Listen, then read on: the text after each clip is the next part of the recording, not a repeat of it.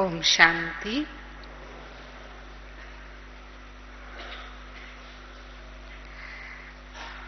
भक्ति मार्ग में हम सुनते थे और देखते भी हैं कि लोग भगवान की प्राप्ति के लिए घर बार छोड़कर जंगल में या तीर्थ स्थानों पर जाकर के रहते हैं। बाबा कहता है वो है हद का सन्यास। जब शिव बाबा संगम युग पर आते हैं तो बाबा हमें घर बार नहीं छुड़ाते हैं, हद का सन्यासी नहीं बनाते, लेकिन हम बाबा के बच्चे कौन हैं? बेहद के सन्यासी, बेहद के वैरागी या बेहद के त्यागी हैं।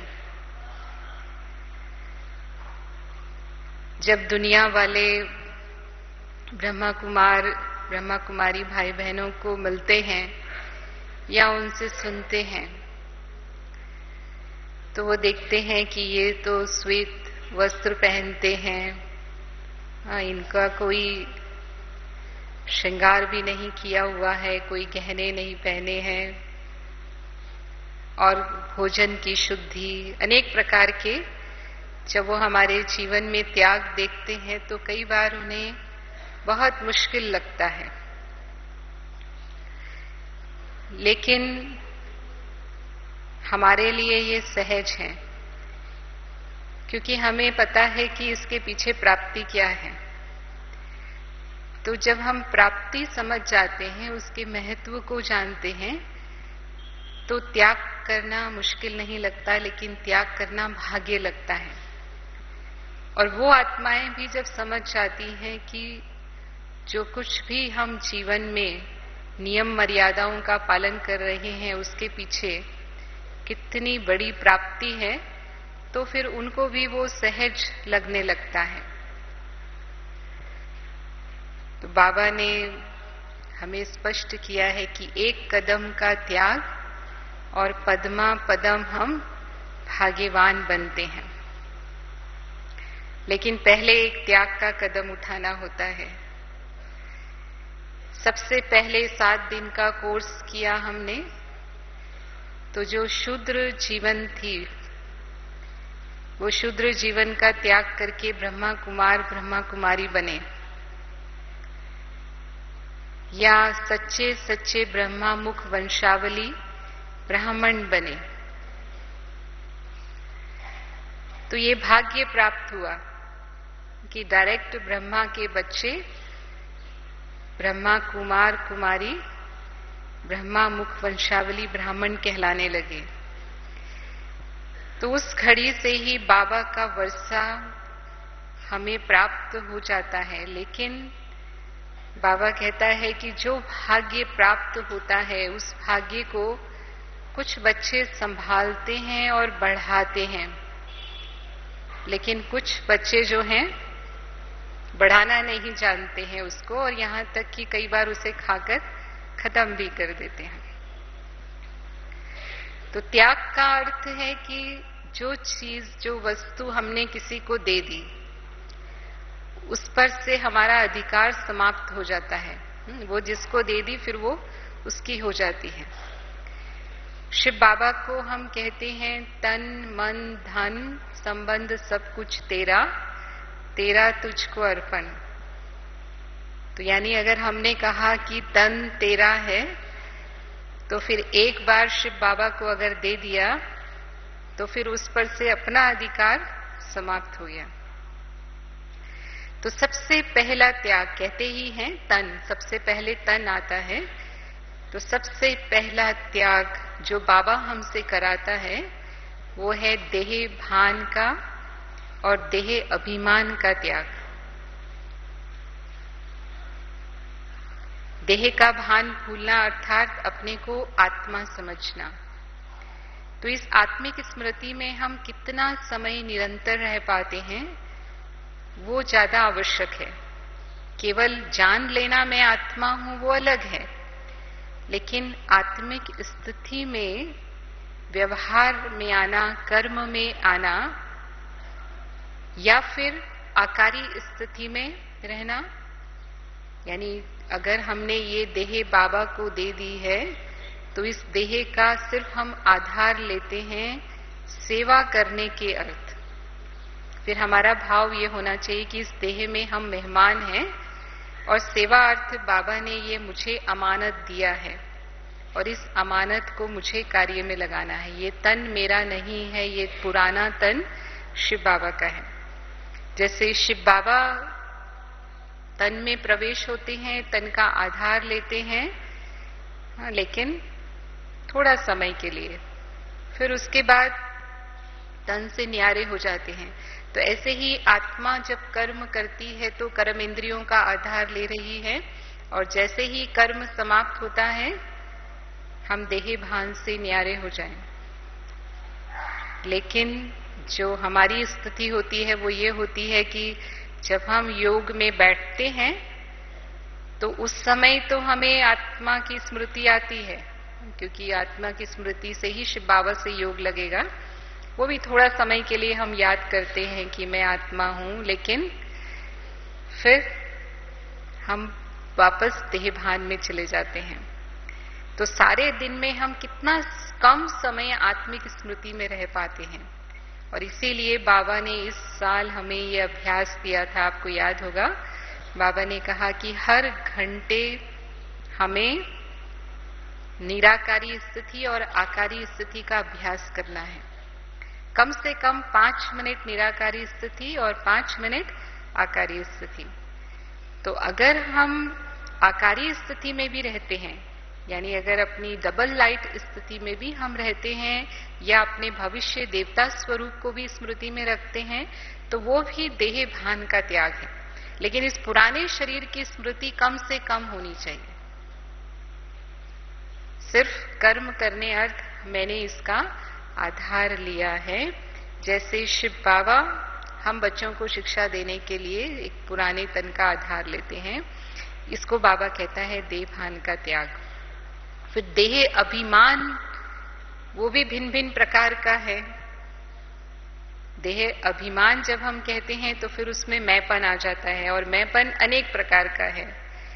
जब लौकिक दुनिया में थे तब जो पद प्राप्त है इस संसार में, उसका कुछ नशा अभिमान होता है। मैं बड़ा बिजनेसमैन हूँ, मैं धनवान हूँ, मैं इंजीनियर हूँ, मैं डॉक्टर हूँ या मैं वकील हूँ। जो कुछ भी हम संसार में हैं तो उसके आधार पर हम अपने आप को कुछ समझते हैं। या मेरी पर्सनालिटी अच्छी है, मैं सुंदर हूँ, मेरा व्यक्तित्व अच्छा है, मेरे अंदर ये कलाएं हैं। तो जो भी अभिमान होता है उस अभिमान की निशानी ये होती है, उसकी कुछ निशानियां हैं, उससे हम समझ सकते हैं कि वो अभिमान क्या अभी भी हमारे अंदर है। बाबा के बच्चे बनने के बाद बाबा हमेशा कहते हैं देह अभिमान नहीं, लेकिन निमित्त और निर्माण बन करके कर्म करना है। आप ये समझे कि जो भी हम कर्म कर रहे हैं संसार में, जो भी रोल हमें मिला हुआ है, उस रोल को मुझे बाबा ने दिया है और निमित्त बन करके मुझे इसके द्वारा आत्माओं की सेवा करनी है। तो ये परिवर्तन उस देह अभिमान को बदल देता है और उसके बदले हमें स्वमान में रहना है। फिर ये स्मृति रखनी है कि मैं कौन सी आत्मा हूं। अगर मैं ये नहीं हूं तो फिर मैं कोठों में कोई में भी कोई बाप की चुनी हुई भाग्यवान आत्मा हूं, महान आत्मा हूं, श्रेष्ठ आत्मा हूं, देवात्मा हूं, पूज्य आत्मा हूं, पूर्वज आत्मा। अगर मैं आपसे भी पूछूं तो आप भी एक लंबी लिस्ट बताएंगे कि बाबा ने हमें जो स्वमान दिए हैं। तो जहां स्वमान है वहां फिर अभिमान नहीं हो सकता। लेकिन अभिमान का जो सूक्ष्म स्वरूप होता है, तो अभिमानी व्यक्ति वो हमेशा अपने को राइट समझता है, दूसरे को गलत समझता है। वो कभी भी दूसरे की सही बात को भी स्वीकार नहीं करेगा, अपने को सिद्ध करेगा और जिद करेगा कि मैं जो कह रहा हूं, मैं जो कर रहा हूं या मैं जो कह रही हूं वो सही है। दूसरा, वो कभी भी किसी की महिमा नहीं सुन सकते, उनको बहुत जल्दी ईर्ष्या हो जाती है। तो अगर किसी की महिमा बताई जा रही है, तारीफ की जा रही है, तो उसकी कोई कमी निकाल के बता देंगे, उसको नीचा दिखाने की कोशिश करेंगे, नहीं नहीं ये नहीं, इसमें ऐसी ऐसी बात है। फिर वो दूसरों को कंट्रोल करने की भी कोशिश करते हैं। इसको बाबा कहते हैं रौब जमाते हैं। रुहाब नहीं, लेकिन रौब का संस्कार होता है। अभिमानी को क्रोध भी बहुत जल्दी आता है, बहुत जल्दी गुस्से में आकर के दूसरों से व्यवहार करते हैं। तो ये सब कुछ जो सूक्ष्म अगर हम अपनी चेकिंग करते हैं तो हम समझ सकते हैं कि हमारे अंदर अभी भी देह अभिमान है, हमने उसका कहां तक त्याग किया है। तो जितना देह भान का त्याग, जैसे बाबा कहता है एक बिंदी लगाते हैं तो उधर जमा के खाते में हमारी बिंदी बढ़ जाती है। तो जितना हम आत्मिक स्मृति की बिंदी लगाते जाते हैं, जितना अपनी निराकारी और आकारी स्थिति में स्थित होते हैं,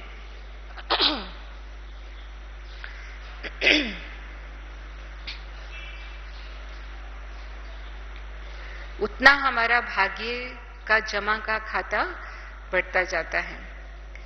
फिर दूसरा त्याग देह के साथ देह की कर्मेंद्रियों का है। देह का संबंध कर्मेंद्रियों के साथ है। जैसे दुनिया में भी लोग घर बार अगर छोड़ करके जाते हैं तो देह, उस घर में जो भी सामग्री होती है, जो भी पदार्थ या सुख सुविधा के साधन होते हैं, वो भी सब छोड़कर जाते हैं। जैसे राजाओं ने अपने राजपाट का त्याग किया, महात्मा बुद्ध ने अपनी राजाई का त्याग किया, तो ऐसे थोड़ी कि अपनी राजाई के जो सुख सुविधा के साधन थे वो अपने साथ लेकर के गए। अगर छोड़ा तो फिर सब कुछ छोड़ करके गए। तो फिर देह के साथ जो कर्मेंद्रियां हैं, उसके लिए बाबा कहता है कि कर्मेंद्रियों पर पूरा अधिकार हो। कर्मेंद्रियां मन मत से नहीं चले, लेकिन श्रीमत से चले। अगर मन मत से चलती हैं तो इसका मतलब हम त्यागी नहीं हैं। तो उसमें जो मुख्य ज्ञानेंद्रियां हैं, आंख, कान, मुख। आंख पर अधिकार है, यानी हमारी आंखें सिविल होनी चाहिए। और सिविल आई के लिए बाबा कहता है कि आत्मिक दृष्टि से दूसरों को भी देखो। पहला है कि स्वयं के लिए हम आत्मिक दृष्टि का अभ्यास कर रहे हैं, स्वयं को आत्मा समझ रहे हैं, लेकिन आंखों के द्वारा जब हम दूसरों के संबंध संपर्क में आते हैं तो उन्हें भी हम आत्मा समझ करके ही व्यवहार में आए। अगर आत्मिक दृष्टि है, शुभ भावना, शुभ कामना की दृष्टि वृत्ति है तो सिविलाई है। लेकिन अगर दैहिक दृष्टि है, अगर देह पर दृष्टि जाती है तो फिर विकारों की उत्पत्ति होती है। देह भान जहां भी आता है, तो अगर कहीं भी दैहिक आकर्षण है तो फिर उसको बाबा क्रिमिनल आई कहता है, यानी आंख पर पूरा अधिकार नहीं है। भक्ति मार्ग में भी लोग क्या कहते हैं, आंखें ही सबसे ज्यादा धोखा देती हैं। सूरदास जी के जीवन की घटना है कि उन्होंने अपनी आंखें ही फोड़ दी, अपने आप अपनी आंखें फोड़ दी, क्योंकि उन्हें ऐसा लगता था कि ये आंखें मेरे मन को चंचल बनाती हैं और मेरी भक्ति में विघ्न डालती हैं, तो आंखें ही फोड़ दिया।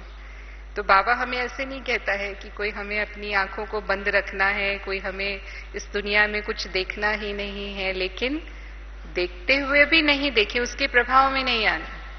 भले ही कलियुगी दुनिया के वातावरण में रहते हैं, कलियुगी दुनिया के ऐसे तमो प्रधान वाइब्रेशन नजारे हमारे सामने होते हैं, लेकिन देखते हुए भी उसका प्रभाव हमारे ऊपर ना पड़े। ये स्थिति सिविल आई की स्थिति है, यानी आंखों पर हमारा अधिकार है।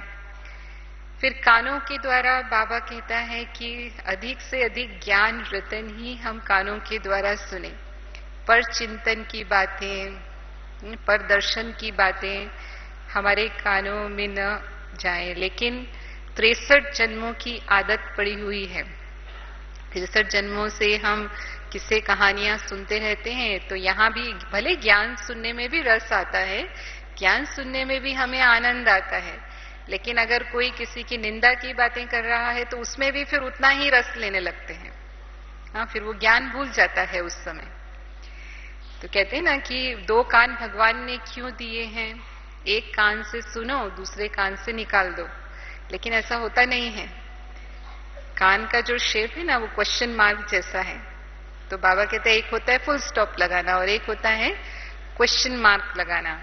तो तो जब हम दूसरों की बातें सुनते हैं तो क्या होता है ना, क्यों क्या के प्रश्न मन में आने लगते हैं। ऐसा क्यों करते हैं, ऐसा क्यों कहते हैं, इसका क्या भाव था। तो दोनों कानों के बीच में जो दिमाग है, बाहर निकलने की बजाय वो दिमाग को हलचल में ले आता है और हमारी स्थिति नीचे ऊपर होने लगती है। जो स्थिति अचल अडोल होनी चाहिए उसकी बजाय हमारी स्थिति में हलचल होने लगती है। परिस्थिति मेरे मन की स्थिति को डगमग करती है। तो इसीलिए या तो हम बिल्कुल ही नहीं सुने, क्योंकि श्रीमत तो है ही नहीं सुनने की, पर कभी आपकी मजबूरी है, आपको सुनना ही पड़ रहा है, तो वो कान में जा रहा है, लेकिन वही उसका प्रभाव मेरे ऊपर ना पड़े। यानी हम सुनते हुए भी नहीं सुने, जैसे कहा देखते हुए भी नहीं देखे वाली स्थिति और सुनते हुए भी नहीं सुने। तो ये होगा तब हमारी स्थिति हलचल में नहीं आएगी। फिर तीसरा जो मुख रूपी हमारी कर्मेंद्रिय है, मुख से बाबा हमेशा कहता है कि ज्ञान रतन ही निकलने चाहिए। मुख से ऐसे बोल बोलो जिससे दूसरी आत्माओं को सुख पहुंचे, ऐसे बोल बोलो जो समर्थ हो, जिससे किसी को कुछ प्राप्ति हो।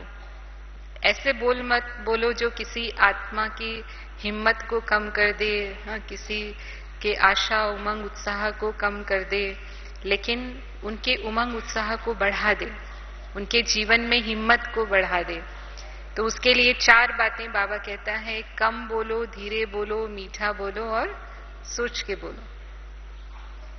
कम बोलो, हम जब ज्ञान में आते हैं तो हमारा अटेंशन अपने ऊपर जाता है और अपने आप हमारे व्यर्थ बोल जो हैं वो कम होने लगते हैं।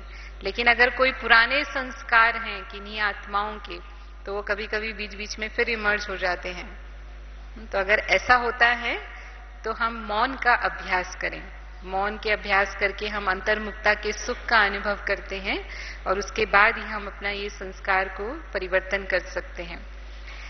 कई लोगों की आदत होती है वो धीरे बोलने की बजाय हर बात को बहुत जोर जोर से बोलते हैं। फिर उनको कहते हैं कि आप थोड़ा शांति से बात करो, तो कहते हैं मेरे मुंह का आवाज ही ऐसा है, हम धीरे बोले नहीं सकते। तो बाबा कई बार कहते हैं ये जो माइक है ना, इस माइक की आवाज को कम ज्यादा कर सकते हैं, तो क्या आप आत्मा का अपने मुख रूपी माइक पर अधिकार नहीं है? आप चाहो तो अपने मुख के वॉल्यूम को कम ज्यादा नहीं कर सकते? कर सकते नहीं कर सकते। और ब्राह्मण आत्माएं रॉयल आत्माएं हैं। रॉयल आत्माएं कैसे बात करती हैं? सभ्यता से बात करती हैं। उतने ही आवाज में बात करती हैं जितनी आवाज में आप जिसको सुनाना चाहते हो वो सुन ले। उससे ज्यादा ऊंची आवाज में बात करना वो सभ्यता नहीं है। तो हमारी आवाज भी उतनी ही होनी चाहिए जितना कि सुनने वाला सुन ले। फिर मीठा बोलने के लिए बाबा जो कहते हैं, तो हमारे बोल कड़वे तब होते हैं जब हम गुस्से में होते हैं। वैसे तो हम मीठा ही बोलते हैं। कहते हैं ज्ञानी की ये निशानी, मीठी सी उसकी वाणी। मीठे से बोल में है प्रभु की झलक सुहानी। तो बहुत जो भाई बहनें आते हैं, यहाँ पहली बार आते हैं, वो ये सब अनुभव करते हैं कि यहाँ पर सब कितना मीठा व्यवहार करते हैं, सब कितना मीठा बोलते हैं, और पूछते भी हैं कि आपकी वाणी इतनी मीठी कैसे है। तो ये ज्ञान का परिणाम है। जो बाबा ने ज्ञान दिया है उसके आधार पर जो मन का भाव है वो बोल में आता है। मन में शुभ भावना है तो बोल में वही प्रकट होती है। लेकिन अगर किसी परिस्थितिवश गुस्सा आ जाता है, वैसे तो बाबा ने जो होमवर्क दिया है कि 3 महीने बिल्कुल हम बच्चों को क्रोध नहीं करना है, तो मैं समझती हूँ आप में से सभी भाई बहनें ये पुरुषार्थ कर रहे होंगे। जो समझते हैं कि हमें आजकल बिल्कुल गुस्सा नहीं आता है, वो हाथ उठाएं। अच्छा, अभी भी 100% तो नहीं है। आधे कहेंगे, आधे हैं जो समझते हैं हमें गुस्सा नहीं आता, आधे अभी भी पुरुषार्थ कर रहे हैं, ऐसा कहेंगे। तो इसीलिए क्रोध में जो हम वचन बोलते हैं वो ऐसे होते हैं जो हमेशा दूसरों को दुख पहुंचाते हैं। कहते हैं तलवार का घाव भर जाता है लेकिन जबान का घाव नहीं भरता। कहने वाला भूल जाता है मैंने क्या कहा, लेकिन सुनने वाला नहीं भूल पाता। फिर मुख से जो शब्द एक बार निकल गए फिर वो कभी वापस लौट कर नहीं आते। एक बार एक व्यक्ति की अपने पड़ोसी से लड़ाई हो गई। तो लड़ाई में तो आप जानते हैं ना, क्योंकि क्रोध में विवेक नष्ट हो जाता है और व्यक्ति उस समय ये नहीं समझ पाता कि मैं क्या बोल रहा हूं, क्यों बोल रहा हूं, मुझे ये कहना चाहिए या नहीं कहना चाहिए। तो उसने जो उसके मन में उसके लिए आया वो सब शब्द उसने कहे। बाद में झगड़ा पूरा होने के बाद उसे लगने लगा कि मैंने कुछ ज्यादा ही बोल दिया, ऐसा मुझे नहीं बोलना चाहिए। फिर उसे ये भी याद आया कि उसने अपने गुरु के सामने एक प्रतिज्ञा की थी कि वो कभी गुस्सा नहीं करेगा। उसको लगा ये तो अनर्थ हो गया, मैंने प्रतिज्ञा की हुई गुरु से तोड़ दिया, आज मुझे याद ही नहीं रहा और मैंने ऐसा गुस्सा किया है, तो मुझे गुरु के सामने जाकर प्रायश्चित करना चाहिए। तो गया अपने गुरु के पास और गुरु को सारी बात उसने सच सच सुना दी और कहा कि गुरु जी आप बताइए मैं क्या करूं। तो गुरु जी ने कहा कि आया ही है तो इसको कुछ शिक्षा देनी है। तो उनके पास एक पंखों का थैला था। उसने कहा ये पंख ले जाओ और सामने जो सड़क है वहां छोड़ देना, फिर तुम वापस आ जाना। तो वो पंख जाकर के उसने सड़क पर बिखेर दिए और फिर वो वापस आ गया। वो गुरुजी किसी और से उस समय बातचीत कर रहे थे तो वो थोड़ा समय बैठा रहा।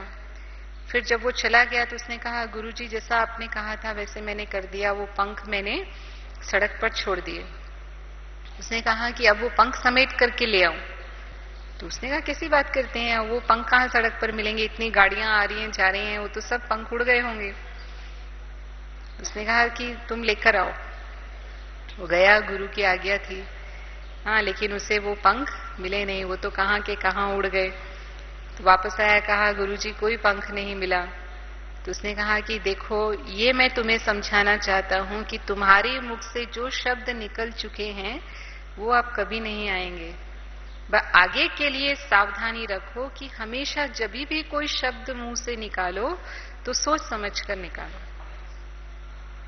तो इसीलिए हमेशा हमारे बोल ऐसे होने चाहिए, बाबा ने कहा ना सोच के भी बोलो, माना सिर्फ ऐसे नहीं कि जो मन में आया वो बोल दो, लेकिन ऐसे बोल बोलो जो दूसरों को दुख देने की बजाय सुख पहुंचाए।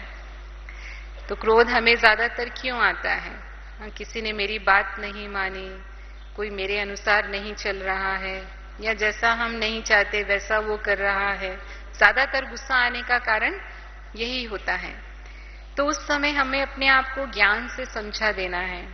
हर एक आत्मा का अपना अपना पार्ट है। तो हम जैसा सोचते हैं जरूरी नहीं है कि वो आत्मा भी वैसा ही सोचती है। उसके अपने संस्कार हैं, अपना व्यक्तित्व है, वो अपने अनुसार सोच रही है। तो अगर हम समझ सकते हैं तो उसका भी पक्ष समझें कि वो ऐसा क्यों कर रहे हैं। अगर वो हमारी बात नहीं मान रहे तो क्या कारण है। अगर हमें वो समझ में आ जाएगा तो गुस्सा आएगा ही नहीं। हाँ, वही होता है कि जब हम ये समझते हैं कि मैं ही राइट हूं और मेरी बात ही मानी जानी चाहिए, तभी गुस्से की स्थिति उत्पन्न होती है। अगर हम ये समझते हैं कि नहीं उसकी भी बात राइट हो सकती है, फिर दूसरी बात हम ये सोचें कि अगर वो हमारी इच्छा अनुसार नहीं चल रहे तो हम हमेशा उनको अपनी इच्छा अनुसार क्यों चलाना चाहते हैं? क्या हम हमेशा दूसरों की इच्छा अनुसार चलते हैं? तो अगर हम नहीं चलना चाहते तो हम दूसरों को क्यों चलाना चाहते हैं? तो हम आपसी संबंधों में कभी दूसरों की बात माने, कभी अपनी बात मनवाएं। तो इस तरह से अगर हम अंडरस्टैंडिंग से चलते हैं, आपसी समझ से चलते हैं, तो फिर क्रोध की स्थिति उत्पन्न होती ही नहीं है। तो हमेशा पहले हम दूसरों को समझने की कोशिश करें, तो हमारी वाणी पर हमारा अधिकार रहेगा। क्योंकि क्रोध में ही हम ऐसे शब्द निकालते हैं। बाकी तो बाबा के बच्चे तो हमेशा ही कोशिश करते हैं कि उनकी वाणी के द्वारा अन्य आत्माओं की सेवा हो। फिर कर्मेंद्रियों में जो हम अन्य कर्मेंद्रियां हमारे हाथ पांव हैं उनसे हम कर्म करते हैं। तो बाबा कहता है ब्राह्मण बने माना साधारण कर्म, व्यर्थ कर्म और विकर्म का भी हम त्याग करते हैं। जब लौकिक जीवन में थे तो साधारण स्मृति से कर्म करते थे। तब अलौकिक स्मृति क्या होती है वो हमें ज्ञान ही नहीं था। लेकिन अभी बाबा ने सुबह उठने से लेकर के रात के सोने तक पूरी श्रीमत दी हुई है। किस विधि से उठना है, किस विधि से अमृत वेले योग करना है, किस विधि से मुरली सुननी है, फिर किस विधि से सारा दिन कर्म योगी बन करके कर्म करना है, भोजन कैसे बनाना है, भोजन खाना कैसे है, कार्य व्यवहार कैसे करना है जब हम संबंध संपर्क में आते हैं, रात को सोना कैसे है। हर कर्म के लिए श्रीमत मिली हुई है कि नहीं मिली हुई है? तो अगर हम बाबा की श्रीमत प्रमाण सुबह से लेकर के रात तक अपनी दिनचर्या में उन्हीं स्मृतियों में रहते हुए कर्म करते हैं तो हर कदम में हमारा पदम जमा होता है। लेकिन अगर हम मनमत से कर्म करते हैं, एक होता है श्रीमत, अब श्रीमत हम भूल गए और उसकी बजाय मेरा मन जैसे संकल्प चला रहा है उन संकल्पों के अनुसार अमृत वेला कर लिया, नियम निभा लिया। सिर्फ बाबा ने जो शक्तिशाली स्थिति जिस रूप से हमें बैठना चाहिए नहीं बैठ पाते, या पहली बात तो यही समझते हैं कि सुबह ही इतनी अच्छी नींद आती है, या कई बार रात को थके हुए होते हैं तो सोचते हैं कि आज तो थके हुए हैं, नहीं उठे कोई बात नहीं, रात को बहुत थक गए थे, या फिर रात को सिर दर्द था या कोई भी शरीर में छोटी मोटी तकलीफ थी तो सुबह उठते ही बुद्धि में आएगा अरे आज तो बीमार हैं, आज सो जाते हैं। माना किसी ना किसी रूप से उस श्रीमत का उल्लंघन हो जाता है। माया कोई ना कोई अलबेलापन ला करके हमें जो वो भाग्य अमृत वेले हमें बाबा से प्राप्त होता है, जो एक वरदानों की अनुभूति का वो समय है बाबा से, वो माया हमारा किसी न किसी तरह भाग्य मिस करा देती है। तो वो श्रेष्ठ कर्म करने से हम वंचित हो गए। फिर अमृत वेले पर पूरे दिन का आधार होता है। अगर अमृत वेला शक्तिशाली हुआ तो पूरा दिन अपने आप श्रीमत प्रमाण मन चलता रहता है। जैसी स्मृति होती है वैसी स्थिति और फिर वैसी ही वृत्ति होती है। वृत्ति ऑटोमेटिक हमारे कर्म में आती रहती है। तो अमृत वेले हमने अपनी स्मृति को श्रेष्ठ बना दिया तो अपने आप सारा दिन स्थिति और वृत्ति हमारी उसी अनुसार चलती रहती है। तो फिर अगर हमने उस अनुसार कर्म किया तो वो समर्थ कर्म सुकर्म के खाते में जमा होता जाता है और दूसरी आत्माओं को भी उससे प्रेरणा मिलती है। फिर बाबा यहाँ ये भी कहता है कि हर कर्म में विकारों के अंश वंश का भी त्याग होना चाहिए। विकारों के मोटे रूप का त्याग हो जाता है लेकिन उसका अंश वंश कहीं ना कहीं कर्म में आ जाता है। जैसे काम विकार का अंश क्या है? काम विकार का अंश है किसी आत्मा के प्रति एक्स्ट्रा स्नेह होना। अगर एक्स्ट्रा स्नेह है तो फिर वो लगाव और झुकाव का रूप ले लेता है। क्रोध का अंश क्या है? ईर्ष्या, घृणा, रौब जमाना, ये क्रोध का अंश है। लोभ का अंश क्या है? आवश्यकता है लेकिन आवश्यकता की एक हद होती है। अगर वो आवश्यकताएं बेहद में चली जाती हैं तो फिर उसको लोभ का अंश कहेंगे। मोह के लिए कहते हैं कि इच्छा नहीं है लेकिन अच्छा लगता है। अब चाहे वो वस्तु है या व्यक्ति है, तो अगर कोई वस्तु अच्छी लगती है और वही चाहिए, या कोई व्यक्ति विशेष यही अच्छा लगता है, तो फिर वो मोह का अंश है। अहंकार के लिए मेरी विशेषता, मेरी कला, अब इसके बारे में हम बात भी कर चुके हैं। तो अगर हम कहीं भी मेरेपन में आते हैं, कहीं भी मेरा मेरा आता है, तो वो उसका अंश वंश है। तो इन सबको बाबा कहता है हमें परिवर्तन करना है। तो कोई भी विकार के अंश वंश का भी त्याग करके जो हम कर्म करते हैं, फिर वो कर्म सर्वश्रेष्ठ कर्म होते हैं और वो कर्म हमें हमारे पद्मा पदम भाग्य को जमा करने वाले होते हैं। फिर तीसरा त्याग है देह के साथ जो अन्य आत्माओं के संबंध है। तो कहते हैं देह सहित देह के सब संबंधों का त्याग कर मुझे याद करो। बाबा कहते हैं ना मुरली में हमेशा, देह सहित देह के सर्व संबंधों का त्याग कर मुझे याद करो। तो देह के जो सर्व संबंध हैं उसमें फिर लौकिक अलौकिक संबंध आ जाते हैं। तो हम लौकिक में भी रहते हैं, गृहस्थ व्यवहार में भी रहते हैं, हमने घर बार का त्याग तो नहीं किया है, तो लौकिक संबंध भी हम निभाते हैं और फिर हमारा अलौकिक परिवार भी है, दैवी परिवार भी है। तो उसमें त्याग करने का मतलब बाबा ये कहता है छोड़ देना नहीं, लेकिन उसमें कहीं भी लगाव झुकाव या मोह का अंश नहीं होना चाहिए। बाबा इसमें 2 प्रकार की स्थितियां बताता है। जैसे लौकिक में हमें स्नेह मिलता है, सहयोग मिलता है, प्राप्ति होती है, सहारा मिलता है, तो इसीलिए लौकिक में मोह होता है और लौकिक से हम उस मोह को हटाने की कोशिश करते हैं।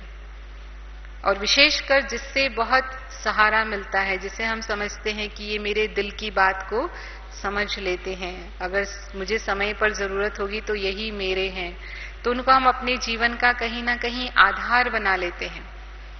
तो बाबा कहता है कि जीवन का आधार व्यक्ति नहीं लेकिन बाबा होना चाहिए। जो भी हमारे लौकिक संबंधी हैं उनके साथ हमारा जो संबंध है वो सेवा का संबंध है। हमें बाबा ने उनके कल्याण के अर्थ, उनकी सेवा के अर्थ निमित्त रखा है, चाहे वो बच्चे हैं, चाहे वो पति हैं, या चाहे वो पत्नी है, या अन्य जो भी कोई भी संबंधी हैं। तो मैं आत्मा उनके कल्याण के अर्थ बाबा द्वारा निमित्त बनाई गई हूं। अगर वो ज्ञान में नहीं चलते हैं, अगर वो ज्ञान में चलते हैं तो वो हमारा अलौकिक परिवार ही हो गया, दैवी परिवार ही हो गया। तो उनको जीवन का आधार नहीं बनाना, लेकिन बाबा ही मेरा संसार है, एक बाप दूसरा ना कोई। सर्व संबंध किससे निभाना है? माता पिता, बंधु, सखा, साथी, साजन, गुरु, शिक्षक, सब कौन है? शिव बाबा है।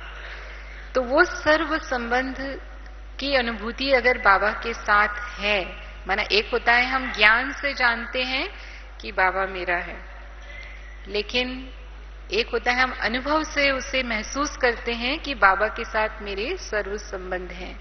तो वो अनुभूति अगर हमें है तो फिर मनुष्य आत्मा के संबंध की आकर्षण मन को नहीं होगी।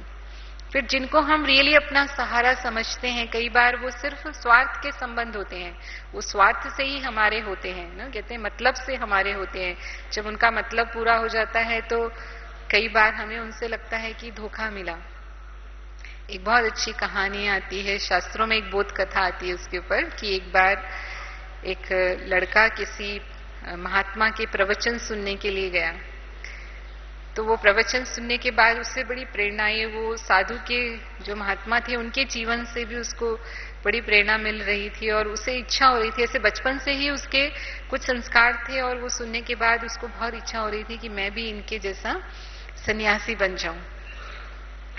तो जब प्रवचन पूरा हो गया तो वो सन्यासी के पास गया और उसने कहा कि मैं आपके जैसा बनना चाहता हूं, मुझे क्या करना होगा?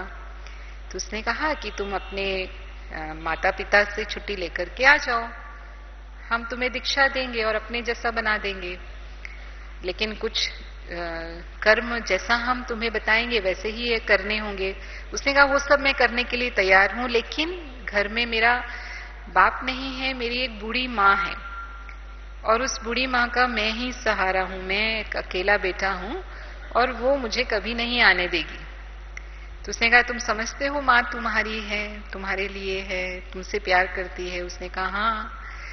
तो उसने कहा कि ठीक है, ये तुम्हारा भ्रम है, मैं कहता हूं तुम्हारी माँ सचमुच तुमसे प्यार नहीं करती है, मैं तुम्हें सिद्ध करके बता सकता हूं। उसने कहा आप कैसे कह सकते हो? मैं जानता हूं मेरी माँ है और वो मुझे प्यार करती है और मैं ही उसका सहारा हूं। मेरी एक बहन और भी है लेकिन वो शादीशुदा है, मैं ही उसके साथ रहता हूं।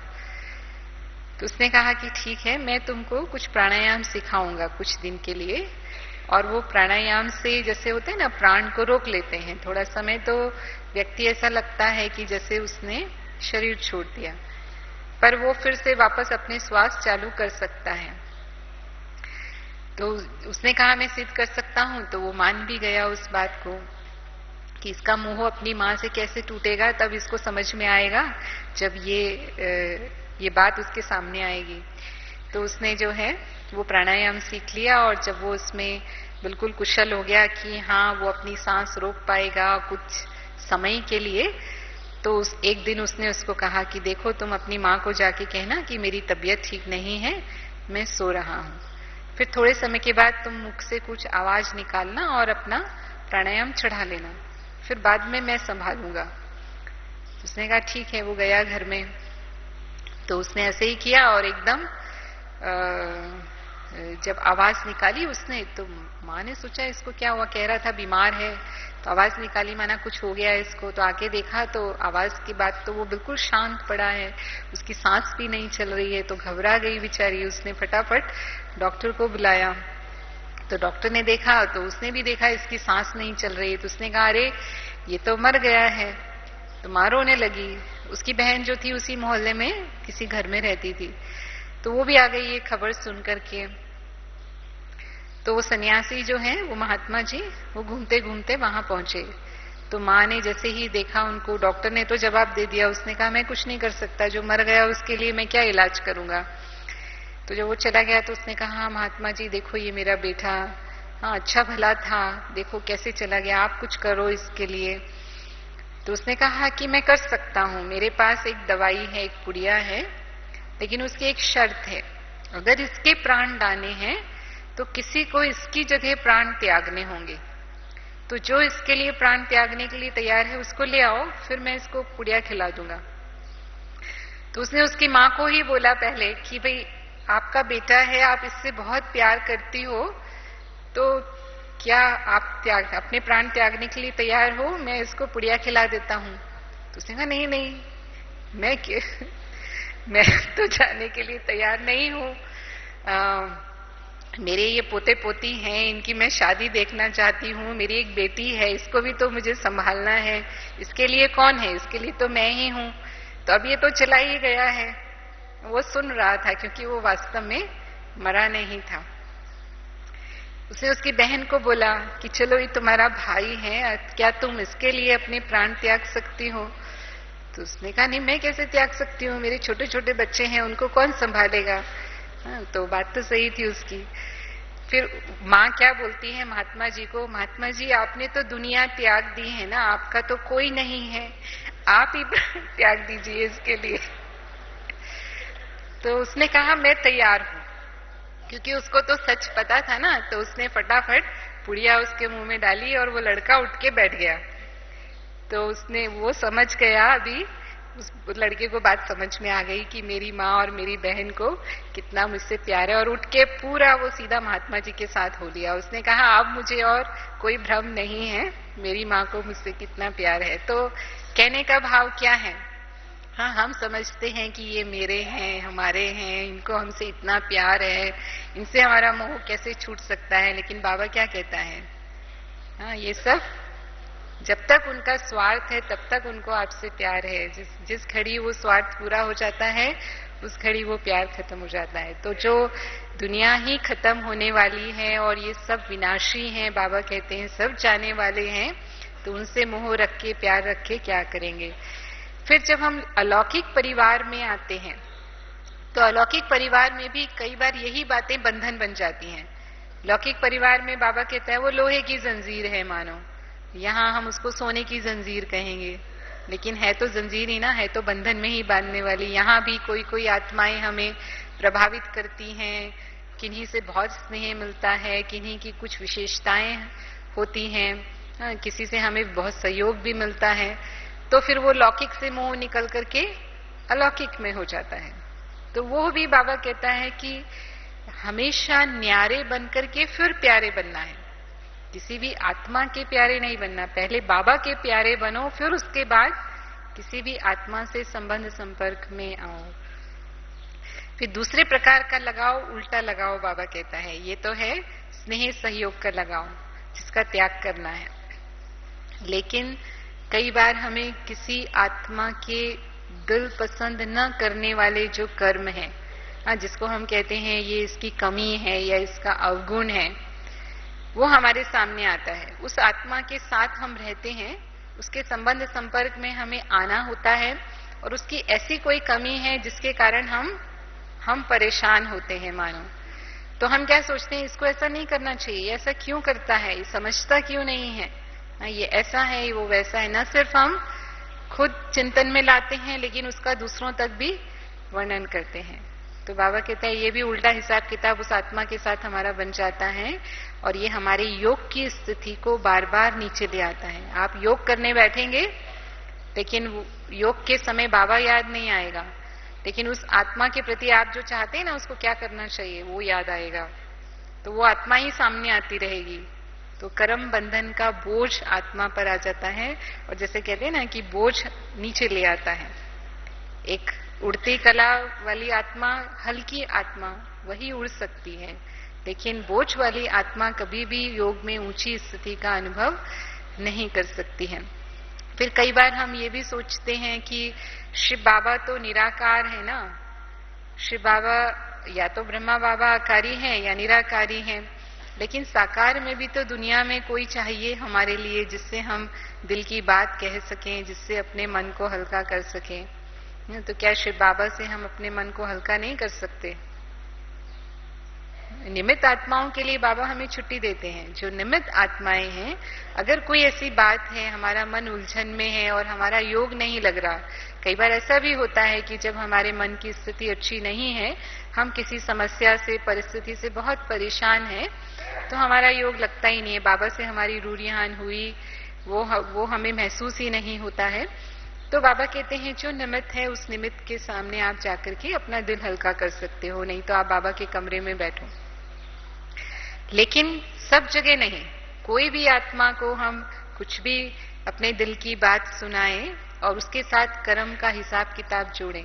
अभी हमें सारे आत्माओं से अपने कर्म के हिसाब किताब चुकतू करने हैं, कर्म के हिसाब किताब हमें बढ़ाने नहीं है। फिर जो सहारे वाली बातें, भले ही बाबा भी हमें किसी आत्मा के द्वारा ही मदद देते हैं, ऐसे नहीं कि बाबा निराकार है तो खुद नीचे आ जाता है और हमसे बात करता है और हमें उसका सहयोग मिलता है, लेकिन कोई ना कोई को बाबा ही निमित्त बनाता है। उसके ऊपर भी एक कहानी आती है कि एक बार एक व्यक्ति बाढ़ में फंस गया, वो बहुत भगत था, उनके गांव में बाढ़ आ गई, उसको भगवान पर बहुत निश्चय, अटूट निश्चय था एकदम। तो सारे लोग बाढ़ के कारण गांव छोड़ छोड़ के जाने लग गए। तो जब गांव छोड़ करके जा रहे थे तो लोगों ने उसको भी कहा कि तू भी चल, बाढ़ आ रही है, तू क्यों यहाँ रहता है? उसने कहा मेरा भगवान पर पूरा निश्चय है, मैं यहीं रहूंगा, मैं ये गांव छोड़कर नहीं जाऊंगा, भगवान मुझे बचाएगा। लोग चले गए, ठीक है भगवान बचाएगा इसको। पानी भर गया, वो अपनी छत पर चढ़ गया। छत पे चढ़ा तो एक नाव आई, इतना पानी था तो चल तो नहीं सकते थे, तो एक नाव आई, उसने कहा कि भाई चल, तू क्यों यहाँ है, सारे लोग चले गए और पानी बढ़ेगा, बारिश हो रही है, मर जाएगा तू। तो उसने कहा नहीं, भगवान मुझे बचाएगा, मुझे भगवान पर पूरा निश्चय है। नहीं गया वो। फिर एक हेलीकॉप्टर आया, जब और पानी बढ़ा, हेलीकॉप्टर आया उसके नजदीक, कहा तुम अकेले ही रह गए हो, सब चले गए यहाँ से, चलो तुम भी, क्यों मरने के लिए यहाँ रुके हो? उसने कहा नहीं, मुझे नहीं जाना है, भगवान मुझे बचाएगा। हेलीकॉप्टर भी चला गया और धीरे धीरे पानी बढ़ा और क्या हुआ, वो डूब गया। भगवान के पास पहुंचा तो उसने जाते ही भगवान से शिकायत की, भगवान मेरा आप पर इतना विश्वास और आपने मुझे बचाया नहीं। तो भगवान ने कहा क्यों नहीं बचाया? मैंने 3 बार तुम्हारे पास किसको भेजा? हाँ, पहले लोगों को से कहलवाया, फिर नाव वाले को भेजा, फिर हेलीकॉप्टर वाले को भेजा, वो किसने भेजा? मैंने ही तो भेजा, लेकिन तुमने समझा ही नहीं भगवान की मदद को। हाँ, तो अगर तुम समझ जाते तो तुम बच जाते। तो हम भी कई बार बाबा की मदद को समझ नहीं पाते हैं, लेकिन फिर भी जिस आत्मा के द्वारा हमें वो मदद मिल रही है उसमें हम बाबा को बीच में रखें कि बाबा इस आत्मा के द्वारा मेरे लिए ये कार्य कर रहा है, तो हम उस आत्मा से प्रभावित नहीं होंगे, माना उसका सहयोग हमें उस आत्मा के प्रति लगाव या मोह उत्पन्न नहीं करेगा। तो इस तरह से सर्व संबंध बाबा से निभाते हुए लौकिक अलौकिक संबंधों में हम सेवा अर्थ है, ऐसा हमें समझना है। जैसे ब्रह्मा बाबा ने किया, ब्रह्मा बाबा की जीवन कहानी में हम पढ़ते हैं कि बाबा के जो संबंधी थे उनको छोड़ा नहीं बाबा ने, लेकिन लौकिक को अलौकिक में परिवर्तन कर दिया। बाबा की पत्नी थी जसोदा, जिस खड़ी उसको साक्षात्कार हुआ, उसने बाबा को कृष्ण के रूप में देखा, उनका भाव बिल्कुल बदल गया। वो कभी भी उनको पति भाव से नहीं देखती थी, हमेशा उन्होंने समझा कि ये ईश्वरीय कार्य निमित्त है।